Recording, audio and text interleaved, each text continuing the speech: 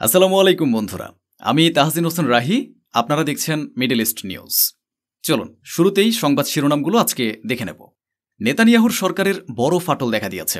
জোরপূর্বক সেনাবাহিনীতে নিয়োগ সংক্রান্ত বিলের কারণে কট্টরপন্থী ইহুদি দল জোট সরকার থেকে সমর্থন তুলে নিয়েছে। সরকার এখন পতনের দোরগোড়ায় দাঁড়িয়ে। গাজায় যুদ্ধ আরও তীব্র। একটি ইসরায়েলি ট্যাঙ্ক বিস্ফোরিত হয়েছে। ৩ জন সেনা নিহত হয়েছে, একজন কর্মকর্তা আহত। এক সপ্তাহের ব্যবধানে আরও একজন ইসরায়েলি সৈনিক আত্মহত্যা করেছে। গাজার ধ্বংসাবশেষ, মৃতদেহের ছবি ও বারুদের গন্ধে মানসিকভাবে অসুস্থ হয়ে পড়েছে ইসরায়েলি সৈন্যরা। মিশর ও জর্ডান বলছে ইসরায়েল ও ইউরোপিয়ান ইউনিয়নের মধ্যে চুক্তি ব্যর্থ। গাজার জন্য সহায়তা এখনও বন্ধ। ইরান বলছে তারা অস্ত্রবিরতিতে বিশ্বাস করে না এবং তারা সর্বদা নতুন যুদ্ধের জন্য প্রস্তুত। সিরিয়ায় গোত্রীয় লড়াইয়ের মাঝখানে ইসরায়েল হামলা চালিয়েছে। এখন পর্যন্ত ৩০ জনের বেশি নিহত। পরিস্থিতি নিয়ন্ত্রণের বাইরে। চলুন শুরু করি আজকের বড় খবর দিয়ে। বেঞ্জামিন নেতানিয়াহুর সরকারে বড় ফাটল দেখা দিয়েছে। জোরপূর্বক সেনাবাহিনীতে নিয়োগ সংক্রান্ত একটি বিলে কট্টর ইহুদি দল জোট সরকার থেকে বেরিয়ে এসেছে। ইসরায়েলের রাজনীতিতে বড় হালচাল সৃষ্টি হয়েছে।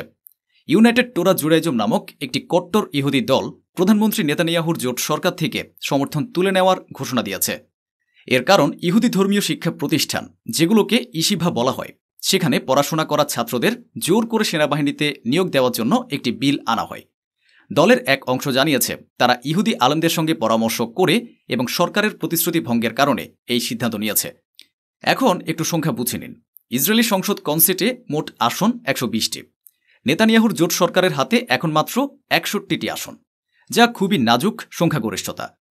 আর মাত্র ১ আসন কম হলে সরকারকে আস্থা ভোটে যেতে হবে এবং ২ আসন কম হলে সরকার ভেঙে যাবে।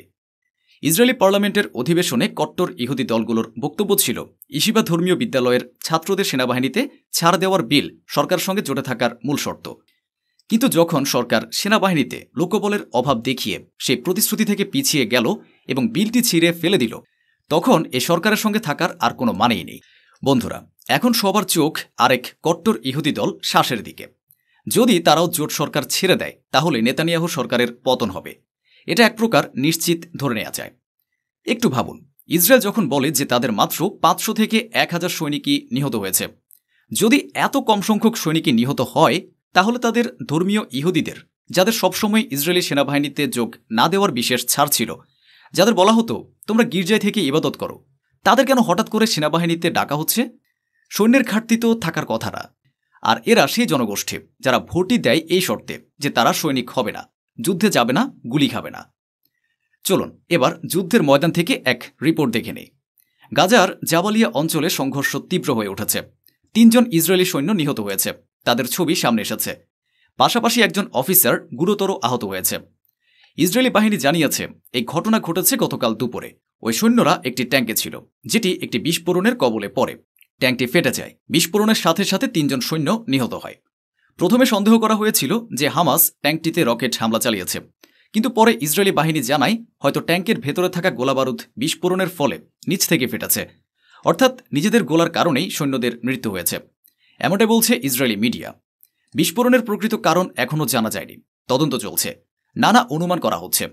ওদিকে হামাস দাবি করেছে তাদের যোদ্ধারাই এই ইসরায়েলি সৈন্যদের হত্যা করেছে অ্যান্টি ট্যাঙ্ক মিসাইল ও গুলির বৃষ্টির মাধ্যমে। এবার আসা যাক পরের খবরে। ইসরায়েলি সৈন্যরা শুধু নিহতই হচ্ছেন না, ভয়, দুঃস্বপ্ন আর মানসিক চাপের কারণে আত্মহত্যাও করছে। গোলান বেসে এক ইসরায়েলি সৈনিক আত্মহত্যা করেছে। সে গাজা যুদ্ধে লড়াই করেছিল। জানা যায় সে নিয়মিত খারাপ স্বপ্ন দেখত। ইসরায়েলি সেনাবাহিনী নিশ্চিত করেছে যে নাহাল ব্রিগেডের একজন সৈনিক সকালে গোলান হার্টসের একটি ফৌজি ঘাঁটিতে আত্মহত্যা করেছে। এই সৈনিক আগেও গাজা যুদ্ধে অংশ নিয়েছিল। আইডিএফ জানিয়েছে তার মানসিক অবস্থা ভালো ছিল না বলেই তাকে এমন স্থানে পাঠানো হয়েছিল যেখানে যুদ্ধ চলছে না। সেনাবাহিনীর মিলিটারি পুলিশ ঘটনার তদন্ত শুরু করেছে। এই মাসে এটি ছিল দ্বিতীয় আত্মহত্যার ঘটনা।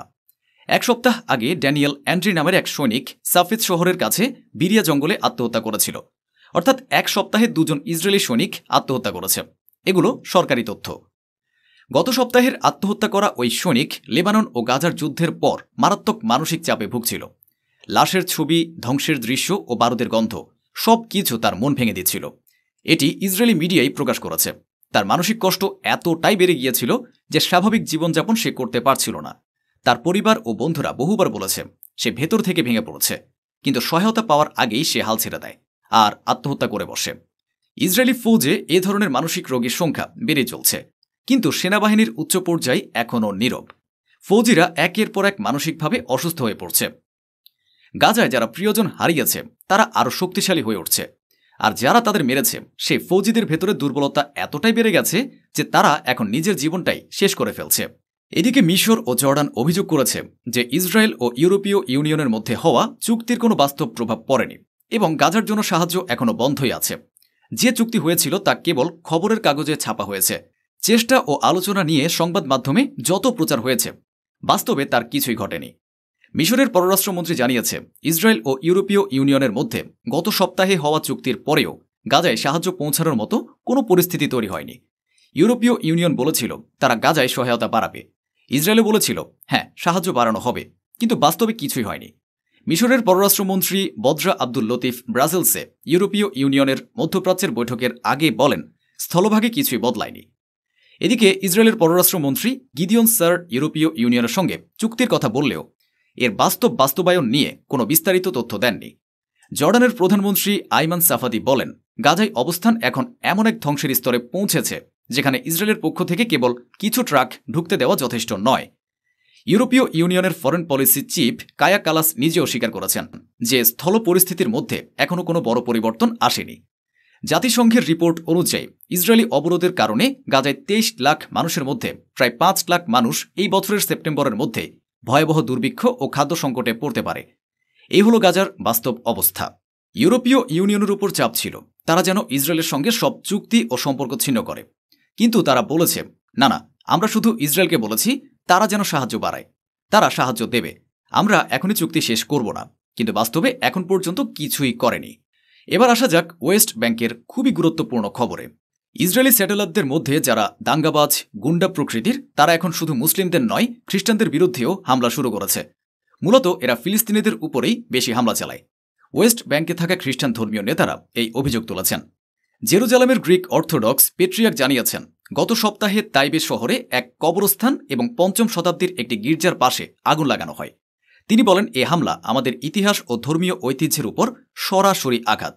পেট্রিয়ার্ক জানিয়েছেন, ইসরায়েলি দখলদার কিছু বাড়িতেও হামলা চালিয়েছে। স্থানীয় খ্রিস্টানরা বারবার ইমার্জেন্সি নম্বরে ফোন করলেও ইসরায়েলি পুলিশ কোনো ব্যবস্থা নেয়নি, কোনো পদক্ষেপই নেয়নি। এটা আসলে পুলিশ আর দাঙ্গাবাজ সেটলারদের মধ্যে সরাসরি আতাতের মাধ্যমেই হচ্ছে। বন্ধুরা, ইউরোপ ও আমেরিকার উচিত অন্তত খ্রিস্টানদের উপর হামলার ব্যাপারে হলেও সেটলারদের বিরুদ্ধে কঠোর পদক্ষেপ নেওয়ার রূপরেখা তৈরি করা। চলুন এবার ইরানের প্রসঙ্গে আসি। ইরান অস্ত্রবিরতিতে কোনো ভরসা করছে না। নতুন যুদ্ধ শুরু হলে ইরানি সেনাবাহিনী প্রতিটি পরিস্থিতির জন্য প্রস্তুত। ইরানের প্রতিরক্ষা মন্ত্রী ব্রিগেডিয়ার জেনারেল আজিজ নাসিরজাদে বলেন, ইরান ইসরায়েলের সঙ্গে হওয়া অস্ত্রবিরতিতে কোনো আস্থা রাখে না, আর যদি নতুন করে যুদ্ধ শুরু হয় তাহলে ইরান সম্পূর্ণ প্রস্তুত আছে জবাব দিতে। সোমবার তুরস্ক ও মালয়েশিয়ার প্রতিরক্ষা মন্ত্রীর সঙ্গে টেলিফোনে আলাপে নাসিরজাদে বলেন, ইরান এ অঞ্চলে যুদ্ধ বা অস্থিরতা চায় না, কিন্তু যদি কোনো দেশ যুদ্ধ বাঁধানোর চেষ্টা করে তাহলে তাকে উচিত জবাব দেওয়া হবে, আমরা তাকে গুড়িয়ে দেব। তুরস্কের প্রতিরক্ষা মন্ত্রী ইয়াসার গুলার অস্ত্রবিরতির বিষয়ে সন্তোষ প্রকাশ করেছেন এবং বলেছেন, পারমাণবিক আলোচনা এমন একটি চুক্তিতে পৌঁছানো উচিত যা ইরান এবং গোটা অঞ্চলের স্বার্থে হয়। এবার আসা যাক সিরিয়ার খবরে। সিরিয়ায় ফের সাম্প্রদায়িক সংঘর্ষ শুরু হয়েছে। ইসরায়েলও সেখানে হামলা চালিয়েছে। সিরিয়ার সুয়েইদা শহর 10 ও বাইদান গোত্রগুলোর মধ্যে তীব্র সংঘর্ষ হয়েছে। এখন পর্যন্ত এই সংঘর্ষে 30 জনের বেশি নিহত হয়েছে এবং 100 জনেরও বেশি আহত হয়েছে। সিরিয়ার প্রতিরক্ষা মন্ত্রণালয় জানিয়েছে, এই সংঘর্ষে তাদের 18 জন নিরাপত্তা কর্মকর্তাও নিহত হয়েছে। সিরিয়ার সেনাবাহিনীর সদস্যরাও মারা গেছে। তারা সেখানে সংঘর্ষ থামাতে গিয়েছিল, কিন্তু তাদের উপর কিছু সশস্ত্র গ্রুপ হামলা চালিয়েছে। এই অস্ত্রগুলো কে দিচ্ছে তাদের সন্দেহের তীর ইসরায়েলের দিকে। ভিডিও ফুটেজগুলোতে দেখা গেছে কিছু ড্রুজ মিলিশিয়া সিরিয়ার সৈন্যদের মৃতদেহের পাশে দাঁড়িয়ে আছে। তারা সেখানে সুন্নিদের বিরুদ্ধে স্লোগান দিচ্ছে। এলাকায় এখনও সংঘর্ষ চলছে আর হাজার হাজার মানুষ নিরাপদ আশ্রয় খুঁজছে। সরকারের চেষ্টা চলছে পুরো অঞ্চলে আবার নিয়ন্ত্রণ কায়েম করার, কিন্তু এখনও পরিস্থিতি নিয়ন্ত্রণে আসেনি। ওদিকে ইসরায়েলও অন্য দেশের অভ্যন্তরীণ বিষয়ে হস্তক্ষেপ করছে। ইসরায়েল দাবি করছে তারা সিরিয়ার ওই এলাকায় সিরিয়ান সেনাবাহিনীর কিছু ট্যাঙ্ক ধ্বংস করেছে। ইসরায়েলের প্রতিরক্ষা মন্ত্রী ইসরায়েল কার্জ বলেছেন, এ হামলা হল সিরিয়ার সরকারকে একটি সরাসরি সতর্কবার্তা এবং ইসরায়েল তার ড্রুজ ভাইদের নিরাপত্তা দিয়ে যাবে। এবার আসা যাক ইরাকের খবরে। ইরাকে একটি মার্কিন ঘাঁটির কাছাকাছি একটি ড্রোন ভূপাতিত করা হয়েছে। কুর্দি নিরাপত্তা বাহিনী জানিয়েছে একটি বিস্ফোরক বোঝাই ড্রোন সোমবার ইরবিল ইন্টারন্যাশনাল এয়ারপোর্টের কাছে ভূপাতিত করা হয়েছে। এটাই সেই এয়ারপোর্ট যেখানে মার্কিন সেনারা মোতায়েন রয়েছেন। ড্রোনটি এয়ারপোর্টে পৌঁছানোর আগেই ধ্বংস করে ফেলা হয়, আকাশেই থামিয়ে দেওয়া হয়েছে। এখনও পর্যন্ত কোনো গোষ্ঠী ওই হামলার দায় স্বীকার করেনি। এই মাসে এটা দ্বিতীয়বার একই এলাকায় ড্রোন ধ্বংস করা হলো। এই খবর প্রমাণ করে যে ইরাকে মার্কিন সেনারা ক্রমাগত হামলার টার্গেটে পরিণত হচ্ছে। বন্ধুরা, আজ এই পর্যন্তই। অনেক অনেক ধন্যবাদ। সাবধানে থাকুন, সুস্থ থাকুন। আসসালামু আলাইকুম।